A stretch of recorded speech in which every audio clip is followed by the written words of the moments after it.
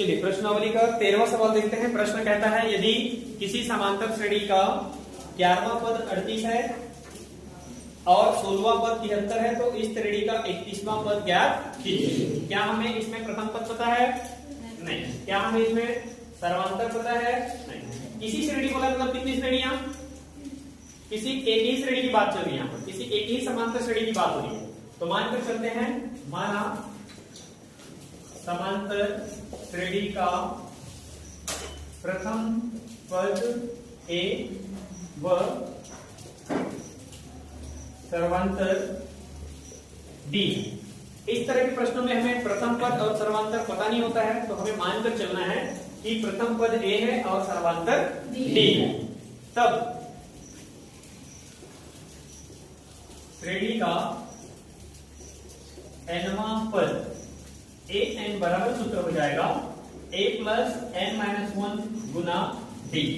अगर पहला पद a है, सर्वांतर d है, तो nवां पद होता है a plus n minus 1 into d. अब प्रश्न की ओर चलते हैं। तो प्रश्न ने कहा है यहाँ पर कौन कौन सा पद? समांतर श्रेणी का 11वां पद 38 है। अब हम प्रश्न में चले जाते हैं। प्रश्नानुसार श्रेणी का 11वां पद बराबर कितना है? 38। तो 11वां पद 38। तो अब क्या हम 11वां पद को इस रूप में लिख सकते हैं? क्या हम 11वां पद को a plus n minus 1 d वाले रूप में लिख सकते हैं? बिल्कुल लिख सकते हैं। nवां पद था तो a बोले थे, 11वां पद है तो ये हो जाएगा आपका a प्लस 11 माइनस 1 डी बराबर 38। ऐसे ही कुछ होगा? n के जगह क्या लिखना है हमको? 11। तो 11 में एक घटेगा तो कितना बचेगा? 10 डी बराबर 38। समीकरण नंबर, ये एक समीकरण हो गया ना। तथा और क्या बोला है? 16वां पद 73 है तथा श्रेणी का 16वां पद बराबर है 73। अब इस बार मैं ये वाला पद नहीं लिखा, मैं सीधा 16 में एक माइनस करके लिखा, चलेगा? क्योंकि एक हमको कम करना रहता है ना। तो यहाँ पर हम लिख देंगे 16वां पद हो जाएगा a प्लस 16 में एक गया तो 15 डी बराबर 73। समीकरण नंबर 2। अब इसे देखकर आपको अध्याय 2 याद आना चाहिए। अध्याय 2 था हमारा दो चरों का रैखिक समीकरण, x प्लस y बराबर ऐसा होगा। अध्याय 2 पढ़े हमने। अध्याय 2 में आपने दो चरों का रैखिक समीकरण पढ़ा और रैखिक समीकरण को हल करने की आपने 3 विधियां भी पढ़ी, आलेखी विधि, प्रतिस्थापन विधि और विलोपन विधि। तो अब हम इन दोनों समीकरणों को उन दोनों में से किसी एक विधि से हल करेंगे। तो हम इसको विलोपन विधि से हल करते हैं। क्या करेंगे? समीकरण 1 और समीकरण 2 में देखो क्या दोनों में a कॉमन है? दोनों में a का चिन्ह क्या है? पॉजिटिव है। समान चिन्ह होने पर हम क्या करेंगे? जोड़ेंगे या घटाएंगे? घटाएंगे। मैंने आपको नियम बताया है, अगर चिन्ह समान है तो आपको घटाना है, अब चिन्ह अलग अलग है तो जोड़ना है। समीकरण 1 में 2 को घटाने पर घटा देते हैं।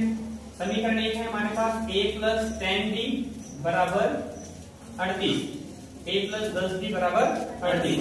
और समीकरण 2 है हमारे पास a प्लस 15 डी बराबर 73। चलिए, तो जब हम इसको घटाएंगे तो घटाते हैं तो हमेशा नीचे वाला चिन्ह बदल जाता है। ये धन में है तो ऋण, धन में है तो ऋण, धन में है तो ऋण। a प्लस में है, a माइनस में है, कट गया। 10 माइनस 15, 15 में 10 घटाओ, माइनस 5 डी। 73 माइनस 38, 13 में 8 गया 5, 6 में 3 गया 3, 35। ठीक है, 38 में 35 जोड़ोगे तो 73 होगा और बड़ी संख्या का चिन्ह माइनस है इसलिए माइनस 35। तो डी बराबर फिर माइनस का 35 बटे माइनस 5। 5 के 5 35 आता है कितनी बार में? 7 बार। तो डी का मान कितना हो गया? 7। ये माइनस कहाँ गया? ऊपर भी माइनस है, नीचे भी माइनस है, तो माइनस माइनस भाग देने पर प्लस। क्लियर? डी का मान आ गया। अब इस डी के मान को समीकरण 1 या समीकरण 2 में रखने पर समीकरण 1 में d बराबर 7 रखने पर रख देते हैं। तो समीकरण 1 है हमारे पास a प्लस 10d बराबर 38, a प्लस 10 d के जगह पर 7 बराबर 38, a प्लस 70 बराबर 38, a बराबर 38 माइनस 70। ठीक का मान पता है, तो a और d का मान पता होने पर अब इस समांतर श्रेणी का हम कोई भी पद निकाल सकते हैं। तो कौन सा नंबर का पद निकालिए बोला है प्रश्न में? श्रेणी का 31वां पद ज्ञात कीजिए। इसलिए श्रेणी का 31वां पद, 31वां पद मतलब a31 ऐसे हो जाएगा क्या? nवां पद होता है तो an होता है, 31वां बोला है तो a31। a का मान कितना है? 32। हाँ 32 होगा, ठीक है। 38 में करेंगे तो 32 हो जाएगा। 8 और 2 10, 3 और 1 6 7, ठीक है। a का मान हो गया 32, ठीक है। थोड़ा सा कैलकुलेशन करता, 38 माइनस 70 करेंगे तो माइनस 32 हो जाएगा। श्रेणी का 31वां पद a31, a का मान रखेंगे, a का मान कितना आ गया? माइनस 32। सूत्र का प्लस n-1 गुना d, n का मान कितना रखेंगे? 21, क्योंकि हम कौन सा पद की बात कर रहे हैं? 21। तो 21 माइनस 1 और d का मान 7, d का मान यहाँ पे निकाले हैं, d बराबर 7, तो ये हो जाएगा।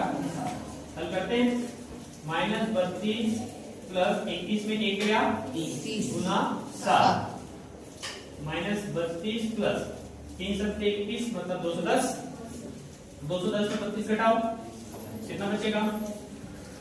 210 माइनस 32, 10 में 2 गया 8, 20 में 3 गया 17, 178। 178 ये होगा 31वां पद का मान। इसलिए श्रेणी का 31वां पद 178 ये हो गया हमारा। तो इस सवाल के माध्यम से आप कुछ नया सीखे हैं। अभी तक आपने जो देखे थे उसमें एक nवां पद ज्ञात करना सीख रहे थे। अब ये कुछ अलग प्रकार का प्रश्न है जिसमें हमें श्रेणी तो नहीं पता होता है शुरू में, लेकिन श्रेणी के हमको कुछ कुछ पदों का मान पता होता है। तो यहाँ पर हमको क्या करना है? दो चरों का रैखिक समीकरण जैसे बनाए थे वैसे ही दो समीकरण बनाना है। समीकरण बनाने के बाद हमें a और d का मान पहले प्राप्त करना है। पहले d का मान निकल गया, d का मान समीकरण 1 में या 2 में रखकर हम a का मान निकालेंगे और a और d का मान पता होने पर हम फिर उस श्रेणी का कोई भी पद निकाल सकते हैं, क्योंकि हमारे पास सूत्र में a n d तीन चीजें हैं। n का मतलब कोई भी पद है, a और d का मान पता चल गया, तीनों का मान रख दिए तो फिर आंसर आ जाना है। तो इस प्रकार से बनेगा आपका प्रश्न क्रमांक 13। ठीक है, शेष सवालों को आप लोग घर में जाकर बनाएंगे और जो सवाल नहीं बनेगा उसको पूछना है।